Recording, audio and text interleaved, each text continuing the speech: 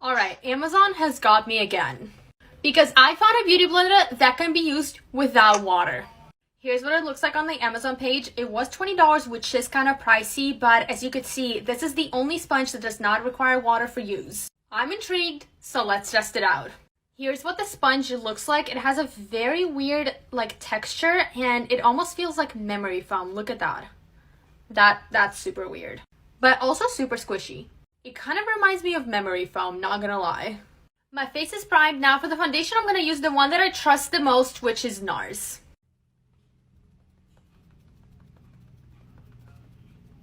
Here's what it looks like on a sponge. It definitely absorbed quite a bit, but it is blending it out pretty well.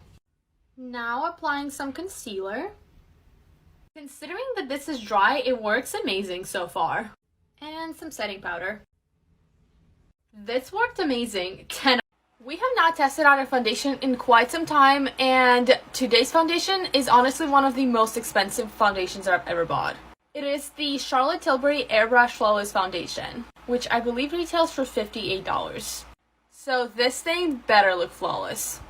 Here's what it looks like inside. The packaging is definitely very sleek and looks very expensive, and I got mine in shade Neutral 3. The primer's on. Now I'm going to go ahead and apply the foundation using a beauty blender. That's looking like a pretty good match. So far the foundation looks really good, but it is creasing around my eyes pretty bad. I'm going to go ahead and apply the rest of my makeup, and we'll see how the foundation looks at the end.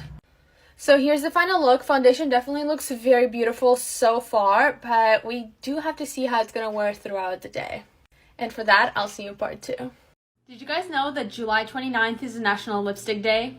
And this year, we're going to celebrate it with some bright pink lipstick. But before we get to that, we got to change a couple of things. Alright, that's a little bit better. But before we get into the lips, we have to create a full-on pink glam. 3, 2, 1. Alright, that's way better.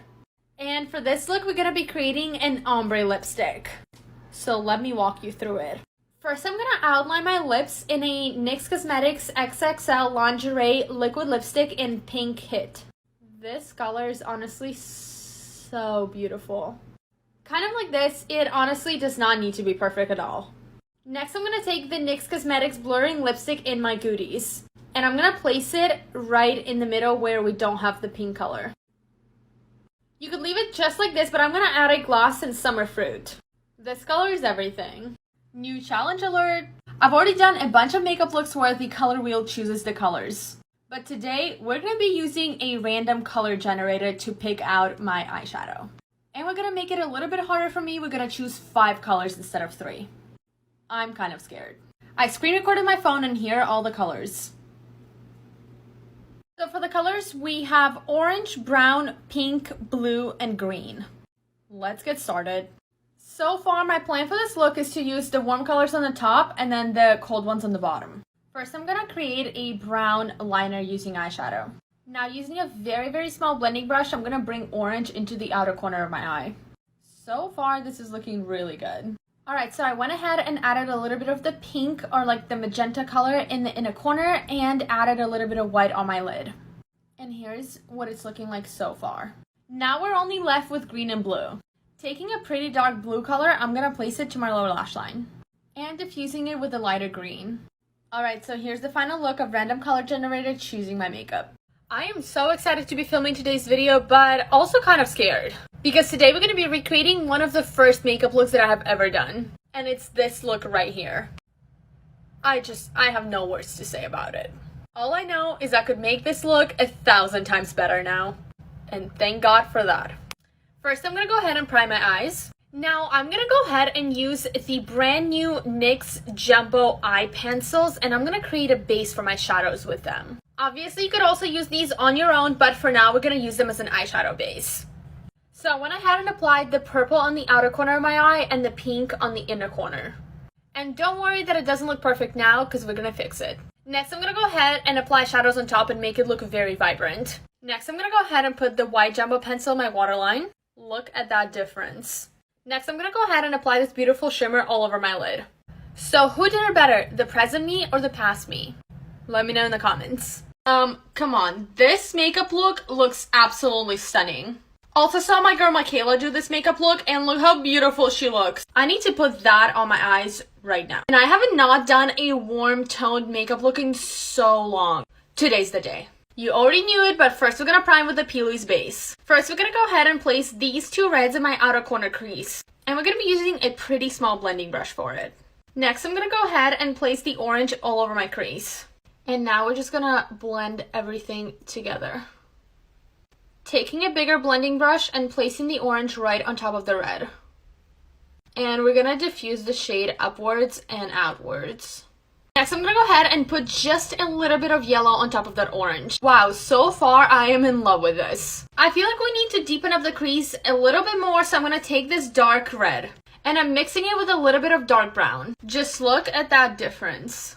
I'm running out of time, so I'll see you in part 2. Welcome to part 2 of me recreating this stunning, beautiful, never seen before makeup look. Here's what we have so far. Now I'm gonna go ahead and bring the same colors to my lower lash line. So far this look looks absolutely beautiful. Next we're gonna go ahead and cut the crease using white 𝙬𝙗𝙧𝙚 base. But to make the cut crease super crisp, we're gonna first clean it up with a micellar water and some Q-tips. The crease is all cleaned up, now let's put the white base on it. We're gonna go ahead and set my crease with the shadows. First, white. Next, yellow. And finally, orange. Next, we're gonna go ahead and apply the rhinestones where the white is. I'm gonna go ahead and add some final touches to the look, and I'll be right back. Here's the final look. I am honestly in love. I give myself an A+ for this one. And look at how beautiful it looks in the natural lighting. In my previous Get Ready With Me for my graduation video, many of you asked me to show you a step-by-step of how I did my eye look. So here we are. First, I'm gonna go ahead and do my brows. Now I'm gonna go ahead and lightly prime my eyes with the 𝙬𝙗𝙧𝙚 base. Now that that's done, I'm gonna go ahead and apply like this eyeshadow tape, and I'm just gonna make sure to extend kind of like my lower lash line, if that makes sense. Next, I'm gonna go ahead and create a liner using a black eye pencil. Now I'm gonna go ahead and use my Natasha Denona bronze palette, and I'm gonna take a very, very small blending brush and dip into this brown and kind of blow out the wing. So here's kind of the look that we're going to be going for. Now I'm going to go ahead and do the same thing on the other side. I just use about like 3 different browns, and I just keep blending the black out. The wing is done. Now we're going to go ahead and take off the tape. I'm going to go ahead and finish with the rest of my makeup and we'll be done. And here's the complete look. This one's definitely one of my favorites. Many of you guys have asked me for my hair curling routine. That's not a question I ever thought I'd get asked because most of the time, actually 99% of the time, I think that my hair looks like shit. But you asked for it, so here it goes. And a little disclaimer, you probably should not be using this as a tutorial because I have no rhyme or reason to what I do. But if you like my hair and you want to get the same results, here it goes. This is a completely optional step, but sometimes I do like to brush my hair before.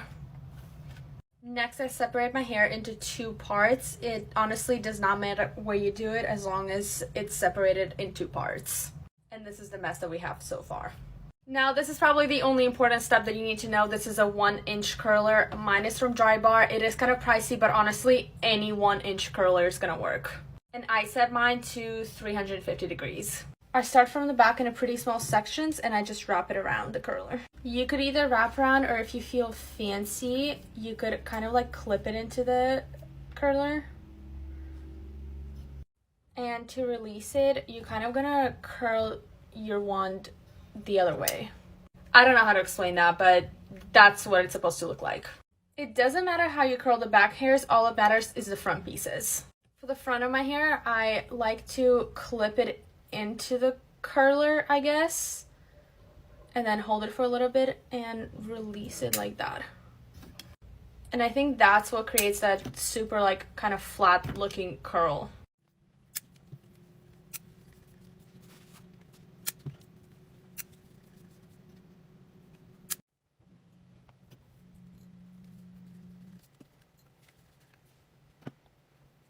So here's what the bottom looks like. Now for the top, I usually part in the middle and I just let it down. I'm gonna go ahead and curl the back of my head the same way, and then when I get to the front, I'll show you exactly how I do it. For the front, I'm using the same technique as I did before, where you clip the hair in, you wait a couple of seconds, and then you release it the other way. And this is the most important piece, and I do it the same way as I did the previous one. Boom. And then I kind of let them sit like this while I do the other side. Now this is what we have. Now I'm going to let it sit for about 5 minutes before I run my fingers through it. And there you go. All done. Have you tried the reverse cat eye? It's my favorite.